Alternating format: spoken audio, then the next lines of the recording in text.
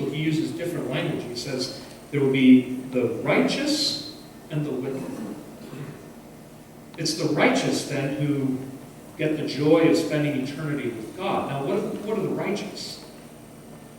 Well, when the Bible uses that language of righteous, it's in its purest sense, it's talking about people who are absolutely flawless, without any imperfection, who've never done anything wrong, said anything wrong, thought anything wrong, who've never hidden any kind of desire or action that was not hurtful to someone else or not destructive or not wrong.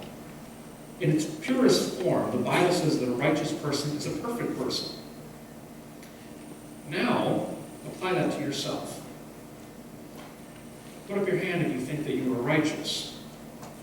The answer is, well, none of us would fit that criteria. See, what Jesus is saying is that the criteria here to get in, you have to be absolutely perfect. And we all know that none of us measure up to that. Now, the Apostle Paul helps us a little bit, because later on in one of his letter to the church, Paul says this. I'll just paraphrase it. Paul, he first goes through the list of let's call it, he calls them worldly treasures.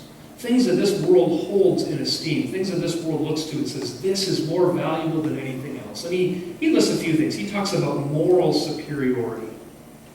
And I live a really good life. That's something that people in our world hold up as a treasure of sorts. Then he talks about professional success.